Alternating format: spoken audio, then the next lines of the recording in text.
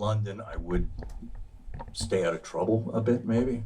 And you have to understand that through all those years that I was over in Europe, there's no internet, there's no smartphones, there's no laptops. I have no idea what's going on. I didn't even know who the president of the United States was. I mean, I was that out of it. I had no idea about anything. And I get to London, I get a flat. And How did you hear about any current events at all? Or was it just once in a while you saw Life magazine? Every once in a while I'd be in a bar or a cafe and I'd see an old time magazine, for instance, and I'd go like, oh my God, Nixon resigned. Watergate. Watergate. What the fuck? What's going on? Gerald Ford. Who the fuck is that? Yeah, and so that's how out of it I completely was. I mean, it's hard. I think it's hard to understand with everybody with a smartphone in your pocket, and you're looking at the news and you're looking at this and you're getting emails from people. I mean, if I wanted to contact somebody in America, I wrote a postcard, and I was moving around so much I'd never get a response back. I mean, I was just gone. You there? Yeah. So I get to London and I get a flat, and to spin it closer to what the whole book is about. And I get up in the morning and I take a walk, and I had a map. You had to have a map. There's no phone with a map in it. So I look at the map and I said, oh, the King's Road is a couple blocks away. And I said, well, I'll take a look at the King's Road, which I knew from way back in the 60s, Carnaby Street and King's Road and everything. This swinging London. The swinging London of the 60s, I did know about that. So off I go, and I get to a place called the World's End, which is the beginning of the King's Road. And the first thing I notice is a shop, and it has big letters on the front, says sex. And having spent a lot of time in Amsterdam, I assumed at first it was just some sort of sex shop. And then I noticed, as I glanced in the window, I saw that there was a T-shirt, actually two mannequins and two T-shirts, and one of them said, God Save the Queen, like silkscreen, and a picture of the Queen of England and a mask across her face. And it was cut artfully up with safety pins in it. And then I saw another one that said the Sex Pistols, also cut up but pinned back together. And I'm going like, what, weird.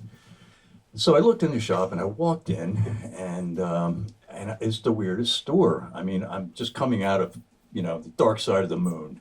And there's a woman who later I knew was Jordan, and she's got this mohawk on, and I'm looking around the store, and I'm noticing, these T-shirts are expensive. I mean, for the day, What's funny is these original Vivienne Westwood T-shirts from the sex store are worth like tens of thousands of dollars. The original run that she did are worth an incredible, perverse amount of money now.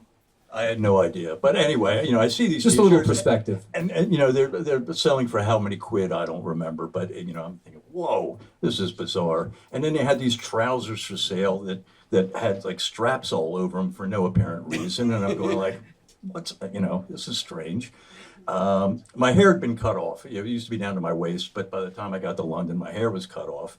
And I'm looking around the store, and I'm going, what a bunch of weird stuff. It's just like, huh? And I figured maybe it's some little niche-y thing. It's like one shop, a niche. And I walk out of the store, and I start down King's Road, and I notice two things hit me. All these kids that I see, they're like 10 years old, 12 years old, 15 years old. And they've made their own T-shirts. They're cut up, and they've spray painted or magic markered. They made the same shirts that they sold in sex for, nothing. They made homemade shirts. They made homemade DIY, shirts. Homemade clothes, yeah. And the other thing I noticed was there was posters everywhere on every surface for bands, and whether it was the Sex Pistols or this band or that band, and none of it made any sense to me whatsoever. I mean, I never heard of any of these. It wasn't Pink Floyd, it wasn't the Rolling Stones. It was bands that I never heard of. Huh? Thank God. Thank God. So at this point in time, I'm thinking, there's something going on here in London. I don't know what it is, but there's something going on. So I stop at a newspaper stand, and I bought a bunch of newspapers. And I regular newspapers, the Daily Mail and whatever, and I bought Sounds and an NME at the time, New New Music Express. Yeah. And I go into a pub and I get a pint of beer and I'm sitting at a table and I'm looking through it and I go, holy, here I am in London and the British economy is completely in the toilet. Everybody's on strike all the time. They've either been on strike, they're on strike, or they're going on strike. I mean, it's the police department, the fire department, the subway system, everything's going on strike. And I'm reading this and I'm going, what did I do? I should have just gone to Kathmandu like I should have done, but I'm in London at this point. So then I went through the music papers and I'm thinking, God, this punk thing seems like whatever it is. And at the time, I have no idea what punk music is, not a clue. And I read as much as I could do in the newspapers. And a night or two later, I noticed there was a pub near the apartment that I had, and there was a chalkboard outside, and it said live music and listed a bunch of bands, which made no sense to me. I didn't know who they were. So I show up, and outside I see 4 clusters of young people. And again, I'm 30 at this point, which is old back then. And I see this one group of people that I later understood were called Teddy Boys. And they had these long coats on. They had this Gene Vincent haircuts, like Elvis Presley or something, but like extreme. And these long draped coats and string ties and tight pants and these creeper kind of shoes. And then there were a group of obviously punks that were waiting for a show. And then there was a group of West Indian guys with dreads. And they were there for a ska band, which I didn't know what a ska band was. Yeah, I'm completely out of it. And then there was a 4th group of guys that were shaved heads and looked really ominous, and they were National Front guys. And I think one of them maybe had a Screwdriver shirt on. That was evidently the popular band at the time for the National Front. And so the doors open, we go in, I go to the bar, I get a pint, and the first band comes out, and it's obviously a punk band. And I've never heard the music, no idea what's going to happen. And they come out and they start playing, and the song lasted literally 45 seconds. And they are the worst band I've ever heard in my entire life. It's like, I don't think they'd ever rehearsed. And 45 seconds later, it stops. And I'm looking around, I'm going, that's it? That's what everybody's talking about? And I have another sip of my beer, and then they go 1, 2, 3, 4, and then bam, they started another song. They're 15 seconds into that song, and one of these heavy glass pint beer mugs flies through the air and smacks some guy in the head, and all hell breaks loose. Everybody's punching everybody. And I'm standing at the bar, and I'm going like, what the heck? Yeah, this is it? I mean, this is what we're talking about? This big music thing going on. And it's just a riot's going on. So, and I'm figuring, well, I'm part of none of these tribes. So, out the door I go. And, the next day or two, I was kind of reading up and trying to figure out, like, what's going on. I mean, that's it? I mean, it's got to be more than that. So then I read about a club I believe it was on the King's Road, called the 100 Club, which is a rather famous club, downstairs. And it seemed like they were having 3 or 4 bands playing, and they were all punk bands. So I thought, okay, maybe just this won't be that crazy. So I had a camera with me, and I go down to the club, and I get a pint of beer, and I'm at the bar, and I'm like eyeing the exits. I'm going like, what's the fastest way out of here? And the first band starts, and they're not very good. And again, the songs are like a minute long, and then bam, they're gone eventually in the second band. And eventually the headliner, which I stayed for, was something called Adam and the Ants. Well, evidently they had rehearsed in the past, and they were tight. And again, the songs were like a minute long, maybe a minute and a half, I don't remember.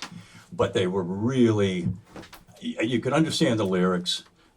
This cover of the book might have been that show, I'm not sure.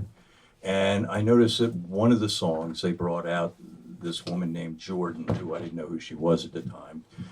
that I'd seen in the shop, Vivian Westwood's shop, Sex, and she came out and did one song.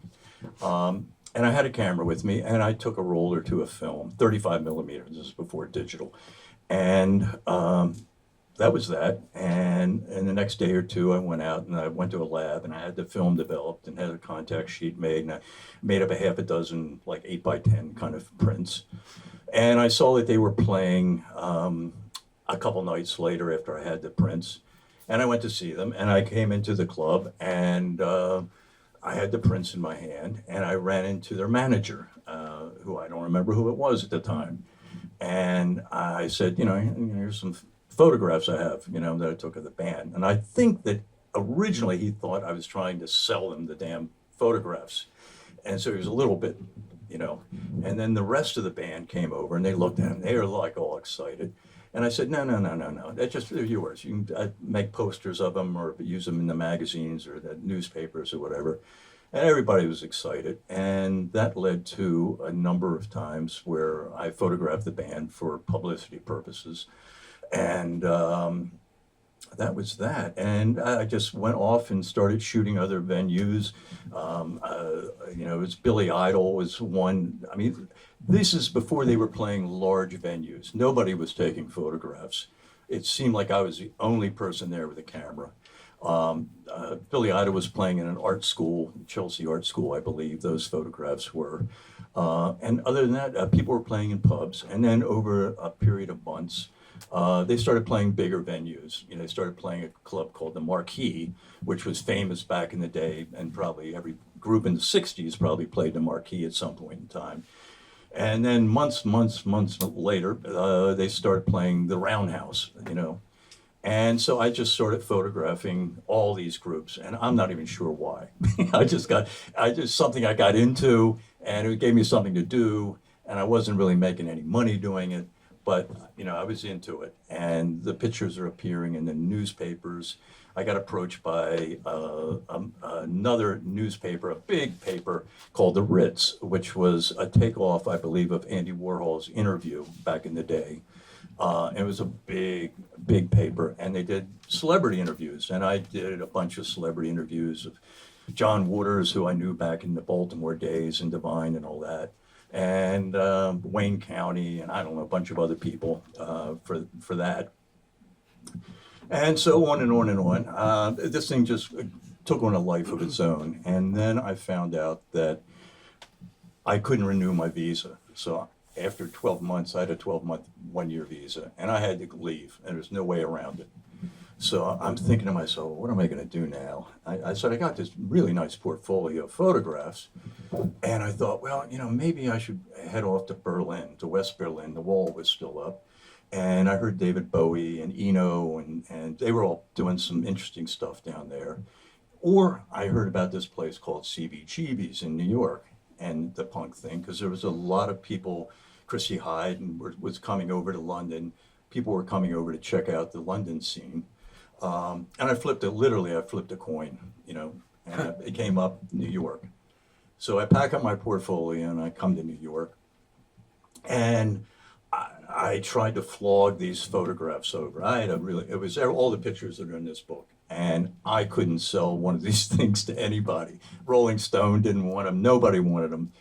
And I went to CBGB's, and I saw these various, Debbie Harry and all these different groups that were playing at the time. And I realized that the music was punk-ish, but it was, I don't know what to say, happy punk, It was girls just want to have fun, It wasn't political like London punk or English punk in general was anger that there was no future for them. They were on the dole. They didn't see any way out, and a backlash against the 60s rock stars that were living in palatial mansions outside London or driving through Chelsea, being chauffeured around in Rolls Royces and, driving Ferraris and everything. So, and at the time, I felt like my hearing was about to go, having, been in the front of these clubs, in front of speakers for a year. And I tried to flog these pictures off for, I have to say 2 months. And I'm not a salesperson. I kind of fall in and out of things in my life, but I'm not a salesperson. I couldn't flog them to anybody. And so I threw them in storage. I said, move on, do something else. And eventually I end up, after a year or two of struggling about in New York City, I get a job in a production company with a guy named Arnie Stone called ICM.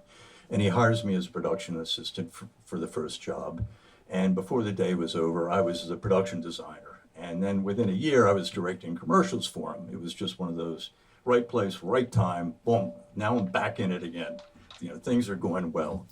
And I'm in the office a couple years later, and I'm talking to somebody in the office, and I'm saying, yeah, I was in London back in 77, 78. I took these pictures, nobody's interested in them, blah, blah, blah. And all of a sudden, Arnie Stone, Drew, walks up, and he's excited. He knows who these people 1985. are. 1985. 1985. He's excited. He knows who he's the first person. 40 years ago. Yeah. The first person that seemed to have had any interest in these I'm pictures like, oh at all. shit. So go on, and I'll take over the timeline. Yeah, you can take over this thing. When- So he's like, he knows who Susie and the Banshees are, and he knows who the Slits are, and he knows who Don Letts is, and he knows everybody. And I'm like, what? I mean, this is the first person. Fuck! Look at these. What the fuck? Yeah, I mean, this is in a portfolio. It's not everything here, but it was highlights. And he said, "Oh man, I got to see this." And I said, "Well, I packed it away in storage, and it was like it was a time, and I'm moved on, and I'm doing something different now. I'm not interested in this at all." And literally for years. Okay, but wait. Go ahead. Before we go there, in the spirit of the timeline, so in 1985, I see, Greg's working with my dad, and I see the portfolio, and I'm like, fuck. And there was a couple of pictures that I saw that I couldn't get out of my mind. I could not get them out of my mind. And two of the pictures, one of them was this photo of Don Letts that I saw, right? This was in his portfolio. And I was like, oh shit, being a big Clash fanatic, I know who Don Letts was, right? And that one, I never, always stuck with me. And the other one that really resonated for me,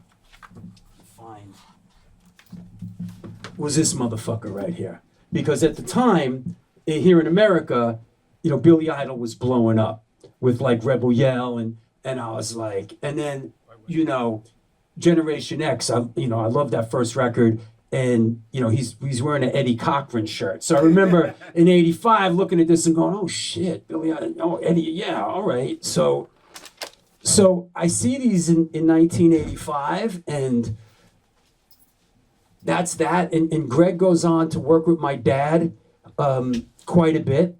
And then later on, when I start my film production company, Stone Films NYC, and start during the golden age of music video, we had this incredible run doing music videos. A lot of them were directed by Paris Mayhew of the Cro-Mags. And then later I was directing them. We needed a legit sort of cinematographer, cameraman, and Greg got the call. So Greg came in, and Greg was behind the camera, and Greg shot Onyx Slam, Onyx Shifty, Black Typo Negative, Black #1, Biohazard Tales from the Hard Side, Run DMC, Ooh, What You Gonna Do, Insane Clown Posse, Chicken Hunting. So Greg, after working with my dad and doing all this stuff, when me and Paris started doing stuff, and we went on an incredible run. A lot of you remember that era of the golden age of music video. We went on a fucking dream run. And Greg was right there with us, and he was shooting all this stuff. He was right there with us. And I mean, and just, for us, we did Biohazard Punishment, and we were talking about this today. We did Biohazard Punishment, Biohazard was managed by Rush Management, which was Russell Simmons and them. And Rush Management also managed a group called Onyx. Onyx had a group called Slam. They had a song called Slam. And somebody had the insight over there, you know what? Let's get the Rock and Roll White Boys to direct the Slam video. And Greg came in and we did the Slam video and it went to #1 on MTV. And we just went on this like incredible ride for like a couple years. It was really fantastic. And all the while through the years, you know, a lot of Gun story with Hyman. yeah, we'll get to that. But through the years, I never forgot seeing those photos. I never forgot that portfolio. And Greg eventually left New York City and pretty much retired from the film business and moved to Cambodia to become a medical worker, right? Right. And he would come to New York once a year, and we would keep in touch. Once a year, Greg would come to visit his sister in Baltimore, and he'd be in New York once a year. I saw him one year, and I said, "Man, whatever happened to those pictures, those negatives?" And Greg launched into this really heartfelt story, and I don't want to get into it because I'll get choked up, about my dad and my dad getting him into the film business. And he said, you know, next year when I come back to New York City, those negatives are in a storage room in Baltimore, Maryland. And you know what? They're going to end up in a dumpster.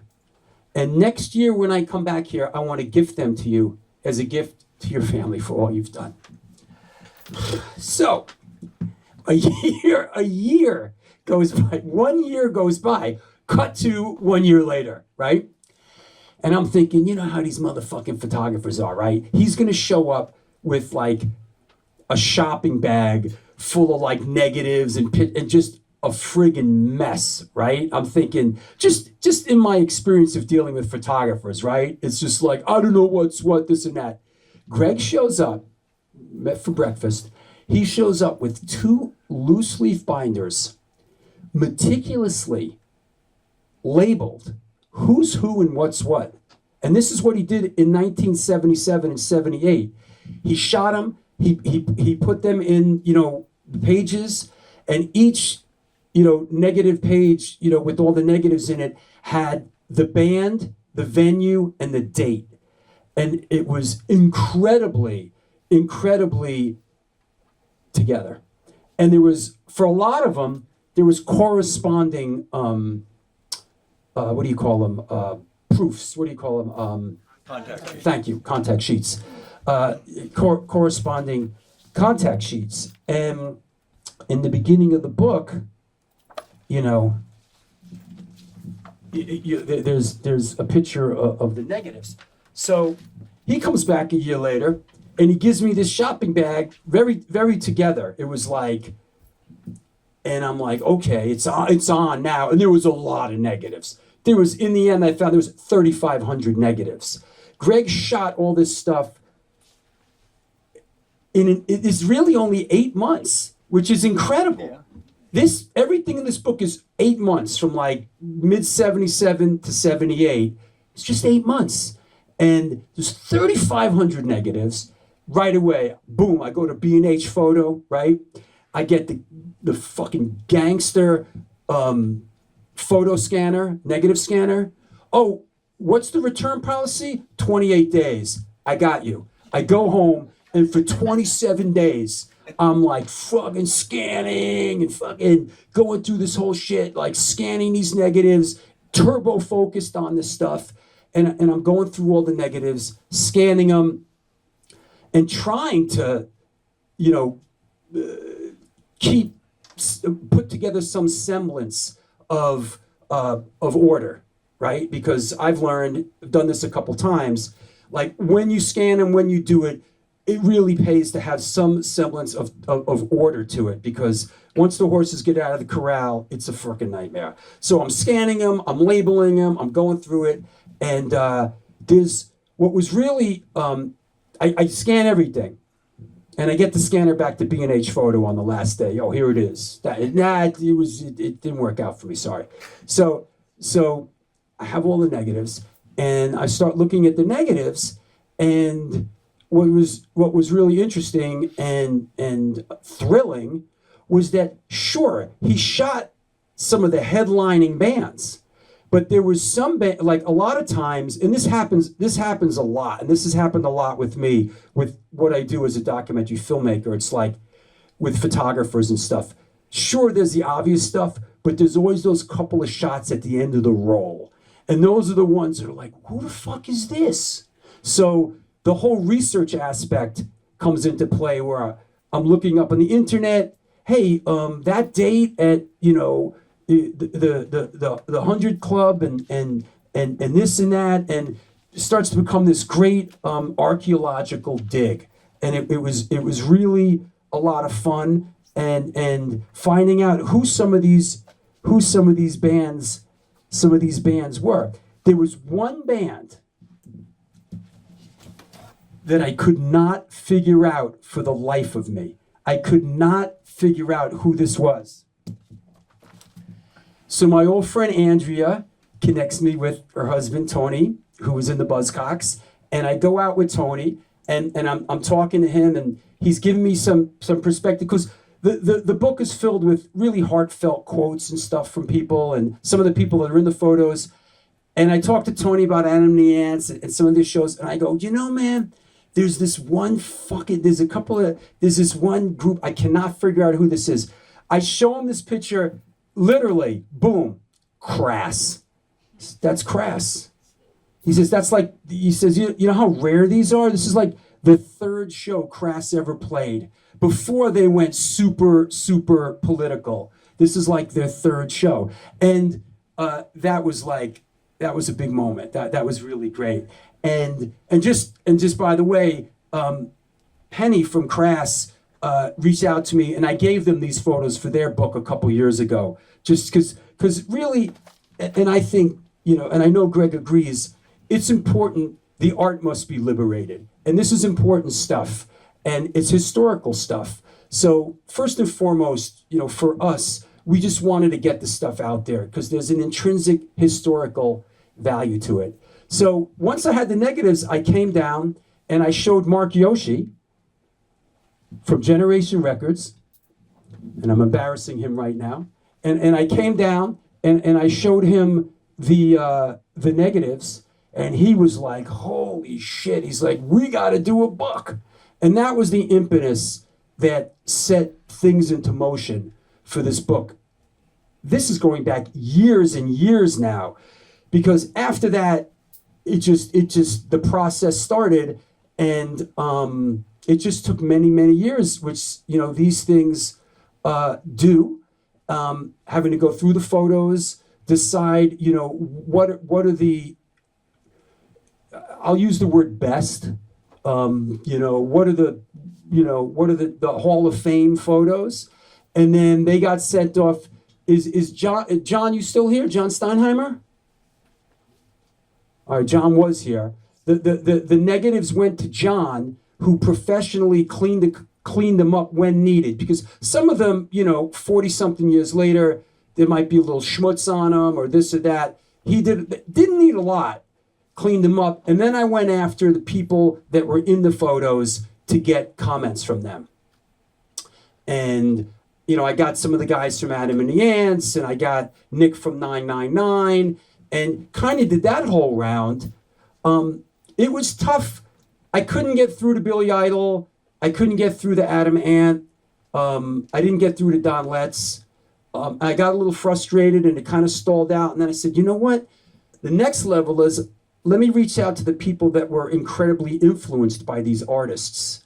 And that brought me to people like Tony Barber, and Jesse Malin, and a couple other people, Michael Alago, and those comments ended up really kind of filling it out and fleshing things out. So really, in the end, it's a story of perseverance, and we just hung in there for many years. and here we are today, all these years later. Mark Yoshi was a big part, of making it happen. He brought Jesse in, our designer, who's here. And Jesse, you did an incredible job with the book. You were incredibly patient. With me and with everything. And also, I want to thank Ray Hogan, who's here, who edited the text. The text in these things, man, you could read something through 5 times, 6 times, and you read it again, and you're like, how do we not catch this? So, and when you interview people and you talk to people, they're sort of speaking in their vernacular, and then when you transcribe it to paper, it's hard to understand. So it took a while for us to grapple with that. So that's kind of the story that brings us here today, with the book. So if all that makes sense, it's been a journey of it's got to be 5 or 6 or 7 years, right? Since you gave me the negatives. And these things kind of come, right? You kind of work on it, blindless enthusiasm, and then it's sort of, you're waiting for people to get back to you, and then it gets it gets shelved, and so that kind of thing. So anyway, now that you understand the timeline of this thing, and the people that were involved, Mark Yoshi and Vinny Lee from Generation, brought in Jesse to design it. I brought in Ray to help me with the text. John Steinheimer was the touched things up. He does that professionally, and God bless him. A lot of this stuff kind of happened through my show, the New York Hardcore Chronicles Live. John was watching the show. I showed a couple of the photos. He reached out, said, hey, if you ever need a hand with it, I do this for a living, and a lot of that got done. So that said, that's the timeline for this book, and let's take some questions and let's add some perspective. But let me start out and think of a couple questions. Go deep, get weird. Let's we have Greg for one opportunity here. He's getting on a plane back to Cambodia literally in a couple hours, and this is the one and only event that we're doing. But I wanted to ask you, like you mentioned the Sex Pistols, you never got a chance to shoot them? Never. The Sex Pistols didn't play that many gigs in London at the time. They did some shows around the UK. They did that crazy tour to the US, to Texas, I know. Yeah. And it was, it seemed like the disaster of all disaster tours. I don't know if Malcolm just did that on purpose. I have no idea. I mean, when I came back to New York trying to flog the pictures, I think I saw Sid stumbling down the street one day. Didn't say anything to him. But that was the one band that I really never had a chance to catch live. Was there anybody else, anybody else that was sort of in that scene or around that you just never got a chance to shoot in those 8 months? Because as I was taking these photographs, I didn't know who was going to blow up. I didn't know who was a one-hit wonder, who was never going to show up again. It seemed like at the time, especially in '77, that every young person in England was forming a band. I mean, it was insane. I mean, it was just everybody was in a band, and most of them were horrible. I mean, I can't tell you how horrible most of them. And so when you'd hear somebody that was good, like back in the day, like Adam and the Ants, or like back in the day with Billy Idol, and maybe with the Slits, or I mean, and you go, okay, I get it now.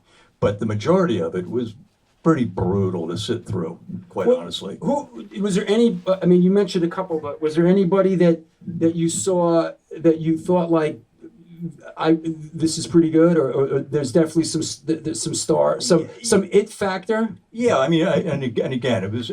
I thought Adam and the Ants. I thought Billy Idol. I thought I thought Susie and the Banshees had something. But this is coming from an old hippie guy, I hadn't been in the U.S. I didn't even know about MTV. I had no idea that there was a music channel in America. And it wasn't until I got back that I saw MTV and I saw some of these videos. And then I saw, like especially with Adam and the Ants. I mean, all of a sudden, he went from the Adam and the Ant you see in the pictures here to this guy dressed as an American Indian and a cowboy and a pirate, and I'm just going like, what happened? I don't. Same kind of with Billy Idol, right? He comes over here, Bill Coyne starts managing him, and next thing he's blowing up on MTV. So I guess a couple of these artists sort of went to America and got put through the processor and came out the other end as like pasteurized processed cheese food. I guess so. I mean, to me, it was the British punk was to a large extent political, and the American punk was more fun. I'm not putting a judgmental call on that, but it's just the difference between the economy in America at the time and the economy in the UK. And so that was a real reason for that difference. And so anyway, I tried to flog these pictures, couldn't do it, and by that time I was kind of over it. That was enough. 10 months or 11 months of whatever, And that's when I stepped in. And that's when What Drew the stepped fuck are in. these? Yeah. I mean, and then, and then he hired me to do this music video for Slam. And I shot this video over a couple of days. We shot like long hours. And we finished that video, and I thought to myself, I will never do another one of these videos. I thought that was a one and done. I mean, these guys were nuts. One ended up biting the other one, and we had to take him to somebody took him to the hospital. I mean, it was, Is that Was that the first one? I don't know. I don't remember. It all rolls into one, but what about, I remember, this is the way I like to tell the story, okay? This is the way I like to remember it. I think it was Onyx Slam. Let's say it was Onyx Slam. Greg's got his eye in the eyepiece, right? And it's the first take, and we're like, okay, action. And they start doing playback, and everybody whips out guns, right? And they're waving guns around in the camera lens, right? Right in the lens, like. Song ends. Greg steps off the camera, he pulls me aside, goes, hey man, he goes, yeah, they're fucking guns, man. And right, is that? Yeah, as I remember it, again, we're going to have to rethink. I thought it was in a club that we were shooting in the basement at Broadway and University, and there was a bunch of people sitting at a table, and Sean Combs was one of them, and Biggie Smalls. Biggie Smalls, and the rest of them. Right. This was a Super Cat video. This was Super Cat Dolly My Baby, and okay, I like to remember it as Slam, but it was at that shoot, and guns started getting waved, and it was like, and the rap with the rap with that, as the producer of that, was like, hey, MTV's not going to play this with guns. Like, we're wasting our time here, and you're wasting your money, because MTV does not play videos with guns. It's a big no-no. So sort of that logic sort of won the day, and the guns were done. They're done after that. And when we did Onyx Shifty on 42nd Street, we shut down the whole street. It was a riot scene, and when we submitted it to MTV, they said it looks too much like a riot. It looked like a violent riot, and they're like, we're not going to play it. So we had to go back and re-edit it, and then resubmit it, and they were like, nee. And then we had to edit it one last, and then in the end, they're like, okay. But MTV wasn't playing guns and wasn't playing like violent footage. That's a little bit later in the game. And then the other one, well, I don't know if we need to get that. We went to Detroit and we shot the Insane Clown Posse. Yeah, let me take over for a moment. Yeah. The way it worked was Drew would hand me a CD of the song that we were going to film the music video for, right? And I'm sure he didn't know this, but I would take the CD from him and drop it in the trash can, never listen to it. And I wasn't going to listen to it because whatever plan we went in with, it was out the window immediately. It wasn't going to happen. And plus, I was going to have to listen to that goddamn song, for 18 hours a day, day after day, doing these videos. So, we show up in Detroit, and all I know is we're going to do a video in Detroit. And I bring my key guys with me. We get on the plane, we get to Detroit, and we're shooting at a famous old theater. The State Theater in Detroit. State Theater. Beautiful old, it's the equivalent of here, like the Beacon Theater or something. Yeah, and it's from the turn of the century. And we drive by it, and I look out the window of the van, and I see there's all these young kids, and they're all dressed like clowns. And I don't mean there's one or two. They're down the street, around the corner, around the next corner. They go on forever. Fucking clowns. Clowns, kids as clowns. Clowns. And I'm going, what? I said, this is getting to the point where I'm ready to shoot myself.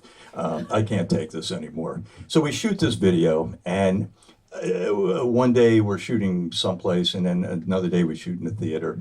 And we shoot in the theater, and they've got these cages set up, and they've got these girls dancing in Daisy Dukes. And they pull out these axes and they start chopping up the stage in this old classic place. Yeah, that didn't go over well. And it was out of control. And they're squirting sodas on everybody. I don't know, it was some kind of soda. Yeah, some kind of soda. Fago. And I remember that second day, and I said, I am never, ever going to shoot another bloody music video for the rest of my life. That was like one of the last ones we did. That was one of the last ones we did. And the best part of working with the clowns was being able to go, all right, you fucking clowns, let's go. That was part of the, but just the last thing on the clowns was when they sent, when the record label sent us the stuff over to check out, because usually they solicit a couple directors and you write a music video treatment and you get the music and you look at it and you come up with an idea and you submit it, and they usually get a couple of these. I get this shit and I'm like, what is this? I'm listening to it and I'm looking at it. I thought it was like Weird Al Yankovic stuff or something. Like it was clowns. They were like clowns. I didn't understand what it was. Then they told me what the budget was, and I was like, really? I was like, really? And then we sort of snapped to pretty quick, and then we were like, well, fuck it, the money's right. Let's go to Detroit and shoot the clowns. Anyway, let's take a couple questions. Any questions? Any thoughts on London '77? Please, go ahead, Jolly. My first question is, when did you realize that you typoed on the spine of the book? What's that? When did you realize you had a typo on the spine of the book? When did I realize it? Probably when you just told me, Jolly. Next question. Thanks, Jolly. I didn't know. Always good for that, Jolly. Next up. Anybody else? No, Jolly. You're not asking another question. We're done. Ray. Did you continue to listen to punk rock after? Absolutely not. That's actually my question. Were you listening to the music, or did you? I'll probably piss off some people, but I didn't particularly like the music. I really didn't. I'm an old hippie at heart. And I like old blues music. I like movie. Stuff from the 50s and 60s, and it just. I was coming from a different place, and they were coming from a different place. They were so much younger and so much more angry than I was, and I wasn't angry. I just found it culturally quite fascinating at the time. Some of it was fine. I thought Billy Idol. Some of the groups were fine, but a lot of it, Yeah. But that's me, and I was just a lot older and an American, and that's another thing. They couldn't figure me out for anything.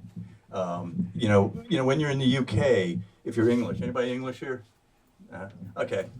We have two of them in here. Two of them. All right, you limeys. You got two Okay. of them. But if you're English and you start talking to somebody you don't know, within a sentence or two, you're going to pigeonhole them.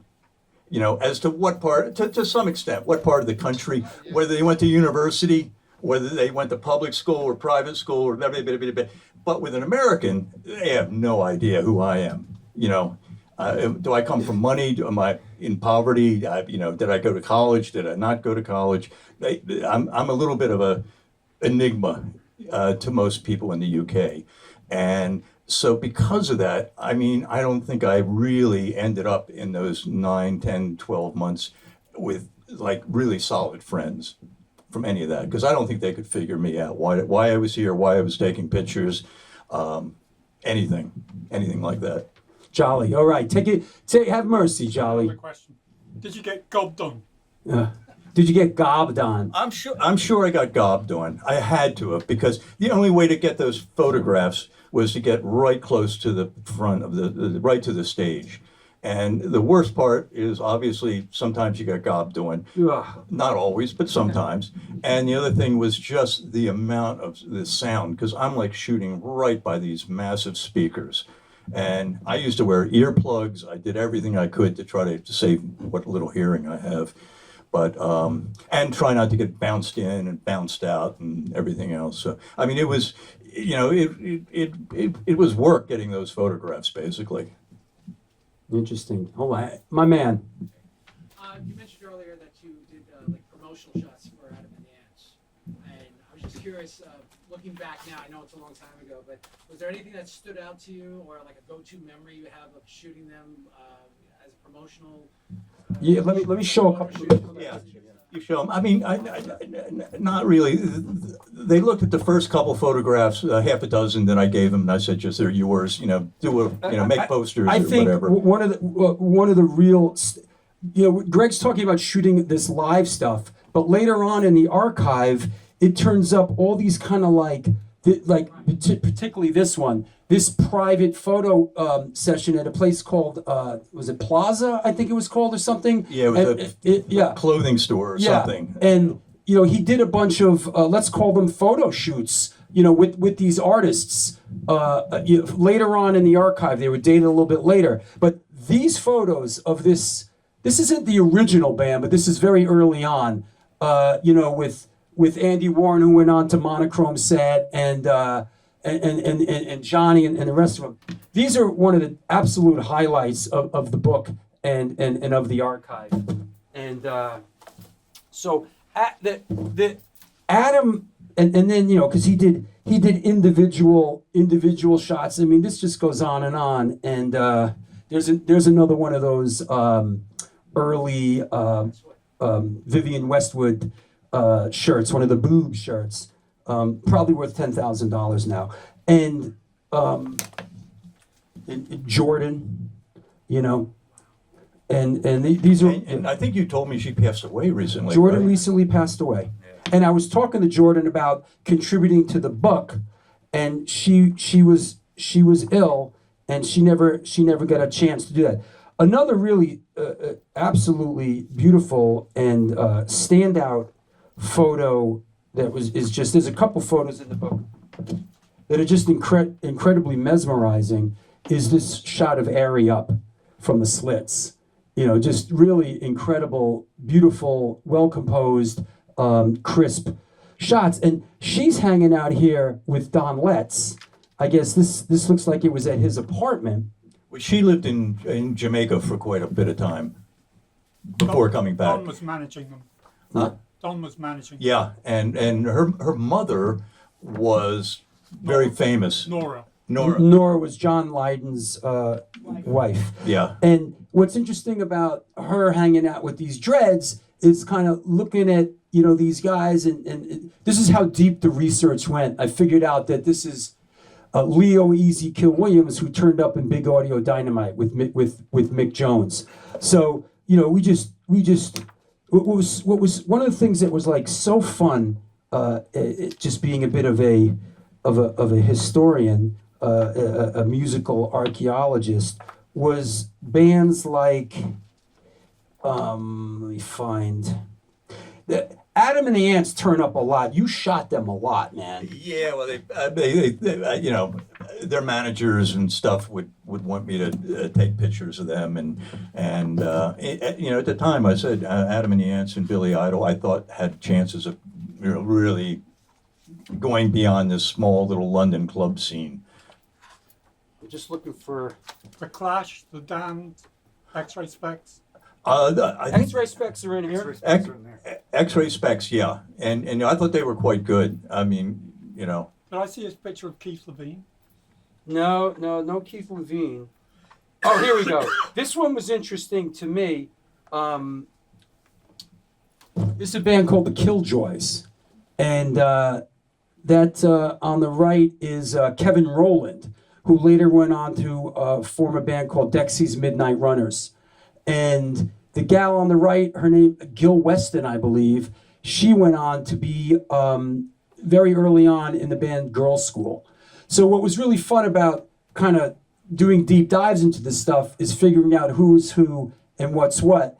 And we're going to send a book, I got to send a book out to Ian Mackay, my old pal from Minor Dread, who's a huge Killjoys fanatic.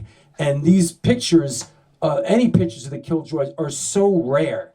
So I'm sending him out. He's super excited. Him and Henry Rollins, go figure. They're like huge Killjoys fanatics. He was explaining to me why. But yeah. So there's a lot of incredible stuff in there. what about the sister of the guy who died? Oh, so there's one of the most incredibly heartfelt things in the book, and you know, the internet is not. Sure, it's inherently evil in concept, but some good does come out of it and one of the things was that you sort of follow the crumb trail, and a lot of these bands like the Radiators from Outer Space, they have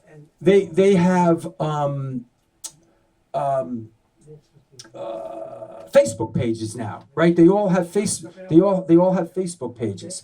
So hey, what band is this? And you go to the Facebook page and hey, show a couple pictures and open up a dialogue. And I start talking to one of the guys in the Radiators, and they're blown away. They're absolutely blown away because this guy, Pete, Phil. Pete, Phil Shepard. is it Phil or Pete? He ended up in the Pogues, I think, later on. And when his sister saw these photos, she wrote this incredibly, heartfelt and touching thing about, seeing pictures of her brother passed away many, many years ago. So she really heartfelt about seeing these photos again of her brother in his glory, in his heyday, and how much they really meant to her. And that was really great. Any other questions? Anything else? Nothing to do with the book, but what's the indigenous music of Cambodia? There's classical, and I mean very old classical, and then they went through an incredible period where they Use the mic. this was a pre Khmer Rouge. Use the mic. Oh, the mic. Yeah, and pre Khmer Rouge, they got into this rock and roll thing, and I think some of that came from the music that they heard from U.S. radio from Vietnam. Yeah. And so there was like this Cambodian rock and roll that was popular for a while. And then the Khmer Rouge came in and killed everybody. So, There was actually a documentary on that. yeah, Yeah. there's a great documentary on that. And I forgot the Hey, name of it off the top of my head. I But don't think I've forgotten. I Don't think I've forgotten. don't think I forgot. It's a Yeah. great documentary, And it Hey, sounds you know, right. about the heyday of Cambodian rock. Tell us what brought you to Cambodia, and what were you doing in Cambodia when you went I there? had to clean my karma up. After all that rap videos, I mean, I was just so sick of the film business, the music business. I mean, this was like 26 years of this, and I had gone to Cambodia in the late '90s when it was really rough there. This is after Khmer Rouge, just after Pol Pot died. And it was nutty. It was crazy. And I fell in love with it. I said, I got to be here at this point. And I decided that I have no idea what I would do. I mean, at the time I was a cinematographer, and, that's the last thing they need. And I was in a bar out in the countryside somewhere, and I was having a beer, and these two women, I'm sorry, it's a long story, these two Cambodian women got into a fight, and one pulled out a knife and stuck it in the other one's back. And the one with the knife in her back, she's screaming and she's running around in circles, and I'm with my beer, and I'm the only foreigner in the place, and I don't speak but 30 words of Khmer. I have no idea what she's saying. And I had this epiphany, and I said, like, what would I do if I knew what to do? Because I certainly don't know what to do with this knife in her back. And so I came back and I started EMT school. And I was still working as a cinematographer. And I said, you know, I got to get out of the film business. And I want to go back to Cambodia, but I want to be able to do something because they don't need a cinematographer in Cambodia at the time. So I studied and became an EMT, and I never practiced here. I couldn't afford to. And then I started paramedic training. And then one day I just woke up, I said, I'm done here. You know, get me on a plane, get me out of here. I'm going back to Cambodia. And that was 18 years ago.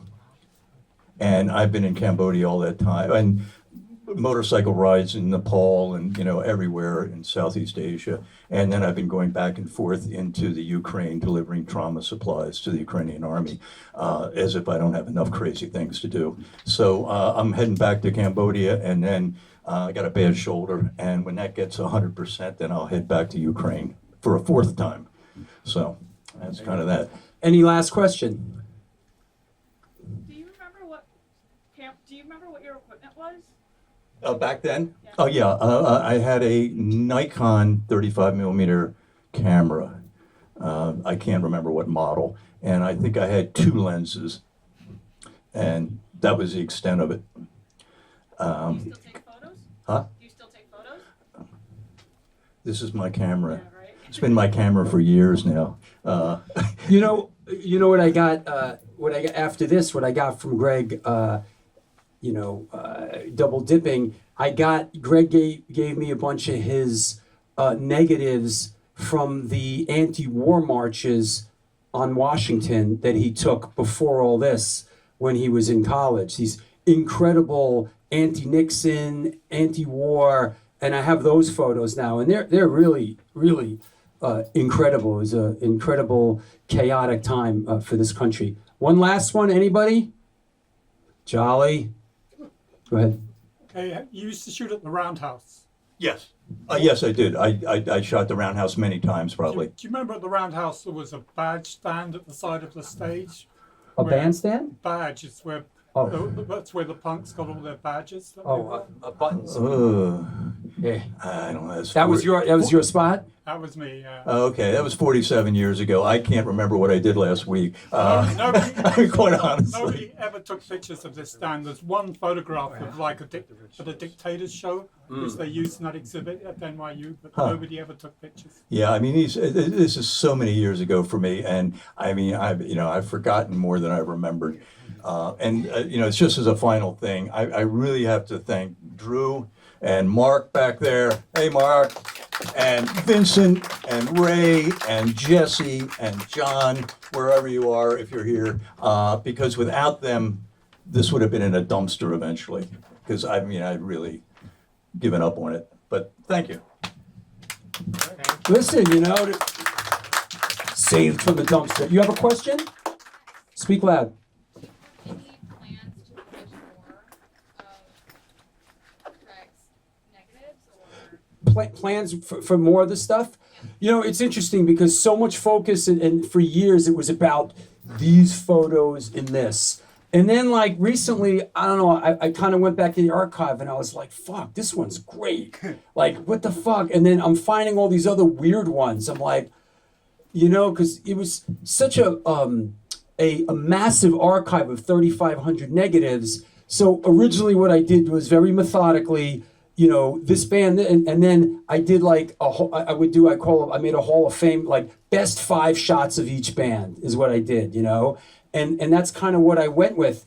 And a lot of times when you do something like this, it's the weird little ones in between, it's the weird shot of sort of the audience, the crowd that's like, wow, this one's, this is cool. And there's a bunch more like that.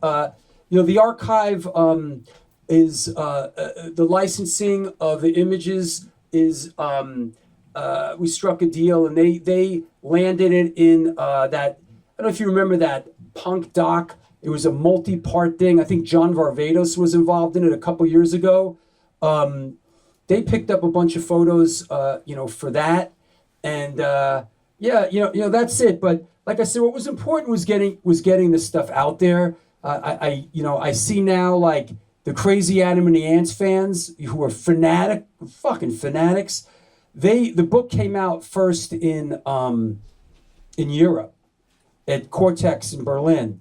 Carries the book, and they got their hands on it over there, scanned all the Adam and the Ant photos, and I'm seeing them turn up left, right, and sideways on the internet now with no watermark or nothing. But you know what? That's okay. We're just really happy that the stuff is out there, and the art should be liberated. So Greg's gonna sign some. For the video, where can people who are viewing this online get the book? Well, the book could be purchased in America at Generation Records on their big cartel site, and in Europe, Cortex Records outside of the United States.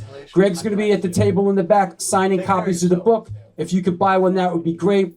Help support independent publishing. So thanks a lot for coming out, everybody. It was a great event. Thank you, Drew.